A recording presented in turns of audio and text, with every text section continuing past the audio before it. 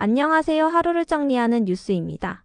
중국이 대만에 무기를 판매한 미국 방산 기업과 경영진을 무더기로 제재하며 미중 갈등이 다시 한번 격화되고 있다. 이번 사안은 단순한 외교적 마찰이 아니라 대만을 둘러싼 미중 패권 충돌이 얼마나 구조적으로 깊어졌는지를 보여주는 상징적인 사건이다.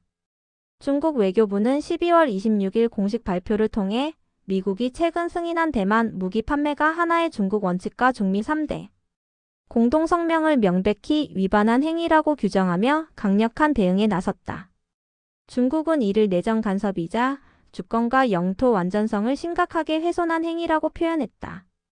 이번 제재의 핵심은 대상과 수위 모두 이전보다 훨씬 노골적이라는 점이다. 제재 대상에는 노스롭 그루먼 시스템즈, 보잉 세인트루이스 지사, 군사용 드론 관련 업체인 VSE와 시에라 테크니컬 서비스 등이 포함됐으며 이들 기업의 최고 경영자 등 개인 10명도 함께 제재 명단에 올랐다. 제재 내용은 중국 내 자산 전면 동결, 중국 기관 및 개인과의 모든 거래 금지, 중국 입국 금지로 구성돼 있다. 이는 중국이 단순히 상징적 항의를 넘어 실제 압박 수단을 가동했음을 의미한다. 중국이 이처럼 강경한 태도를 보인 배경에는 이번 미국의 대만 무기 판매 규모가 있다. 미국은 지난 18일 대만의 다연장 로켓 시스템 하이마스를 포함해 약 111억 달러, 우리 돈으로 16조 원이 넘는 무기 판매를 승인했다. 이는 트럼프 일기 시절인 2019년 F-16 전투기 판매 규모를 뛰어넘는 역대 최대 수준이다. 중국 입장에서 하이마스는 단순 방어용 무기가 아니라 중국 본토를 사정권에 둘 수 있는 공격적 성격의 무기로 인식된다. 결국 중국은 이번 무기 판매를 대만의 군사적 독립성을 실질적으로 강화하고 미국이 대만을 사실상의 군사 동맹 파트너로 끌어올리는 행위로 받아들이고 있다.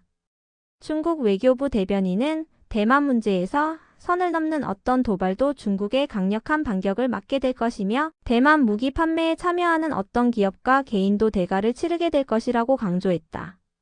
여기서 선을 넘는다는 표현은 중국이 설정한 레드라인을 의미한다.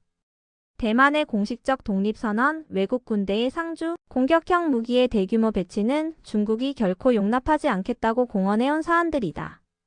이번 무기 판매는 그 레드라인을 점점 침범하는 흐름의 연장선으로 해석되고 있다. 미국 정부는 즉각 반발했다. 미 국무부 대변인은 대만의 자위 역량을 지원했다는 이유로 미국 기업에 보복하려는 중국의 시도에 강력히 반대한다고 밝혔다. 미국은 대만관계법에 따라 대만이 충분한 자위 능력을 유지할 수 있도록 방위, 물자와 서비스를 제공할 법적 의무가 있다는 입장을 재확인했다. 이 지점에서 미중 갈등의 구조적 모순이 드러난다. 중국은 대만을 자국 영토의 일부로 간주하며 무기 판매 자체를 내정 간섭으로 본다. 반면 미국은 대만을 독립국가로 공식 인정하지 않으면서도 침공시 방어를 지원해야 한다는 법적 책임을 동시에 지고 있다. 이 이중 구조는 타협이 거의 불가능한 충돌 지점을 만들어낸다. 로이터 통신이 지적했듯 미국의 대만 무기 지원 의무는 중국과의 지속적인 마찰의 근본 원인이다. 여기에 일본 변수까지 더해지면서 동아시아 정세는 더욱 복잡해지고 있다. 중국은 최근 일본 정치권에서 나온 대만 유사시 개입 발언을 강하게 비판하며 일본과도 갈등을 빚고 있다.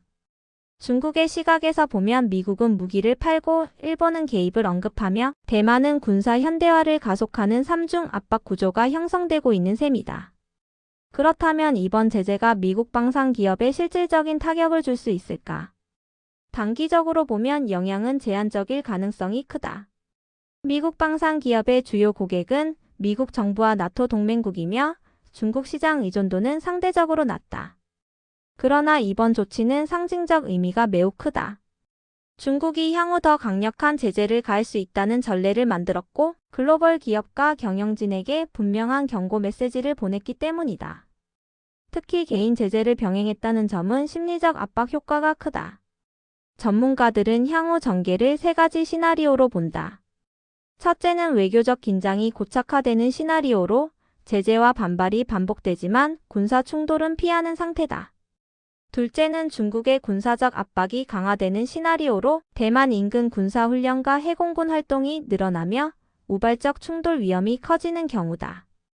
셋째는 미국 대선, 대만 정치 일정, 중국 내부 정치 변수 등이 맞물리며 특정 시점에 긴장이 급격히 고조되는 시나리오다.